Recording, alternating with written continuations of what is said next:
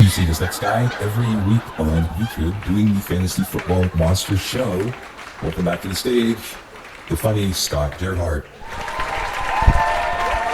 Hey, good evening, everyone. How y'all doing tonight?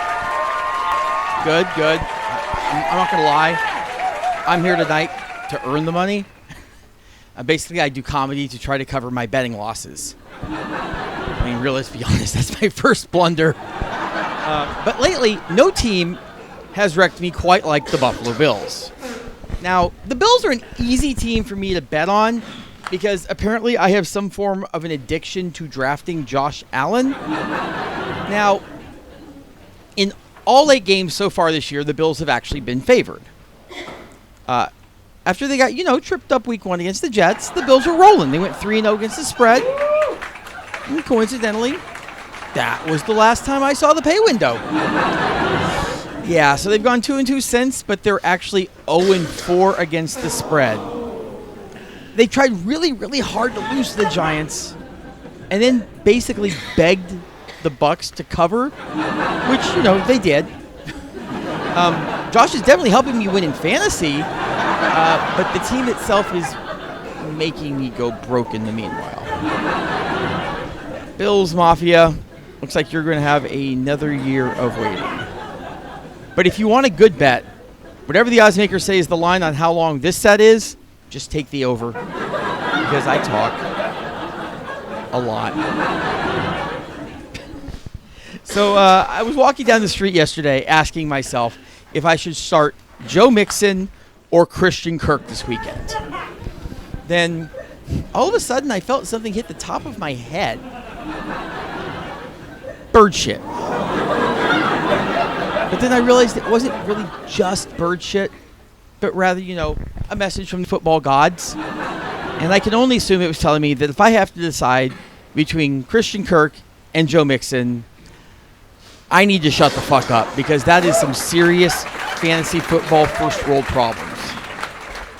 And yeah, I don't see any sympathetic faces here.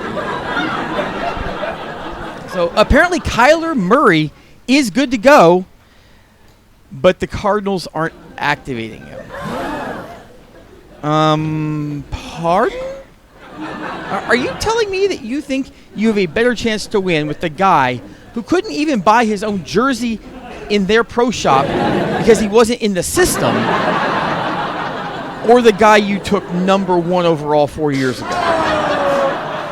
Or do you think you have a better chance to lose with him? Now, I haven't seen decisions this blatant since the days of suck for luck signs. But seriously, I can't even with these Cardinals. They are the NFL's resident bipolar team.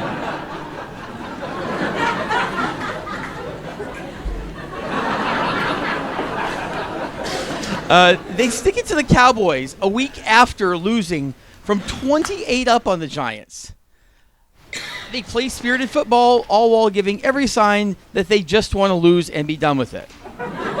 Maybe the team is all like, hey, it's the Diamondbacks of the World Series. Look over there. So, what do the Packers and Matthew Perry have in common? A month ago, you thought everything was fine, then suddenly drowning, dead.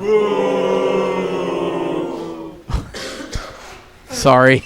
That was pretty much the Carolina Panthers of jokes. It was terrible, and it never really had a chance. So everyone out here, what team are you rooting for this weekend? The Jets? Why? The Battle of New Jersey? This has become a tradition here. Every 4 years, the two teams get together to see who is going to become New York media's bitch for the rest of the year. There are no winners here. Only losers. Which coincidentally was the name of my band in high school. But maybe, seriously, how about something with a little bit more intrigue to it? the Chiefs. Okay. Name one person on the team who isn't dating Taylor Swift. Yeah, it's kind of what I thought. So the high in Denver is supposed to be 29 degrees with a low of 13 with 6 to 14 inches of snow. And that's not an indoor stadium, boys and girls. You think Tay-Tay's really looking forward to being there? Hell, do you think Travis Kelce even wants to be there? I don't care how big and tough a football player you are. You will happily take sunny in the 60s or 70s over snowing in the 20s. Oh well, fantasy hot or, I guess really, really cold tip. Fire up Isaiah Pacheco for this one. I am. Speaking of cold, I can only imagine the fear in the hearts of any player in the NFL draft when Green Bay comes on the clock. Oh, please no. Please, no. Don't draft me. Please, Miami's next.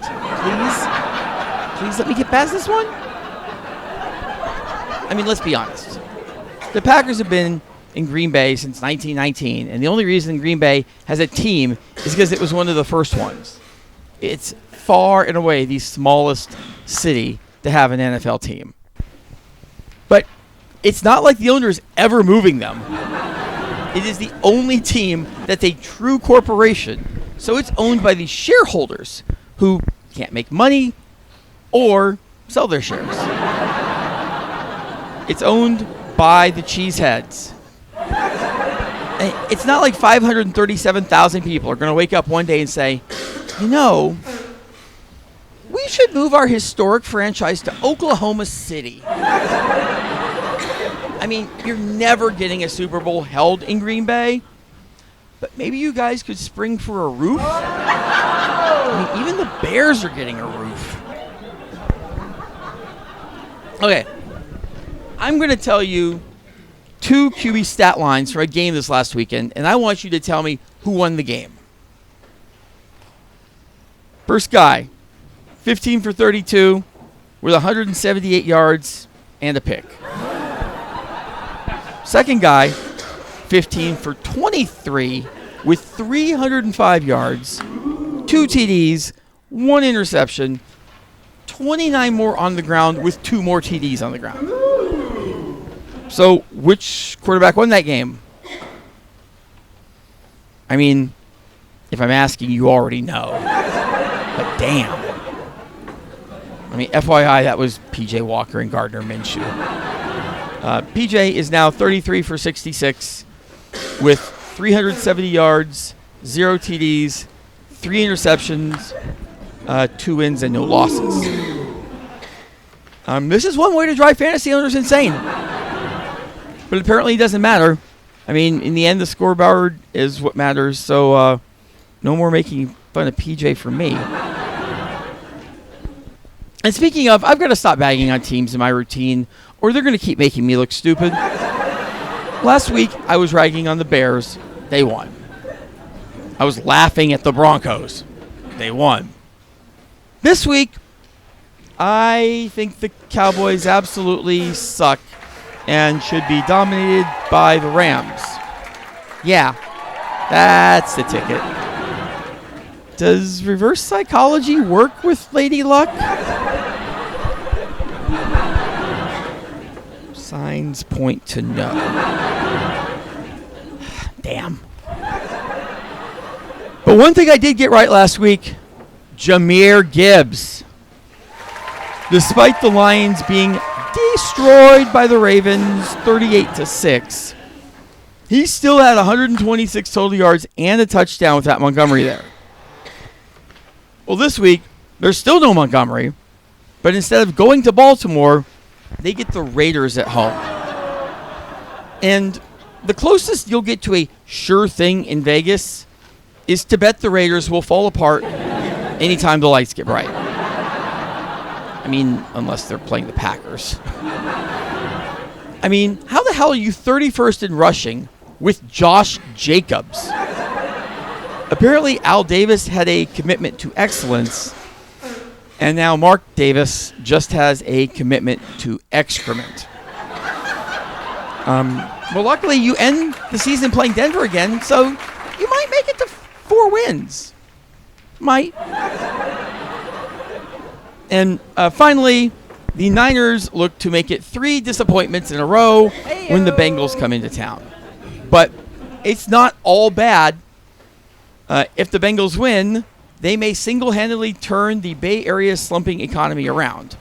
Between, the sale of alcohol on Sunday night and crazy fans having to replace their broken TVs on Monday. Well, that's my time, everyone. Y'all are awesome, and I will see y'all again next week.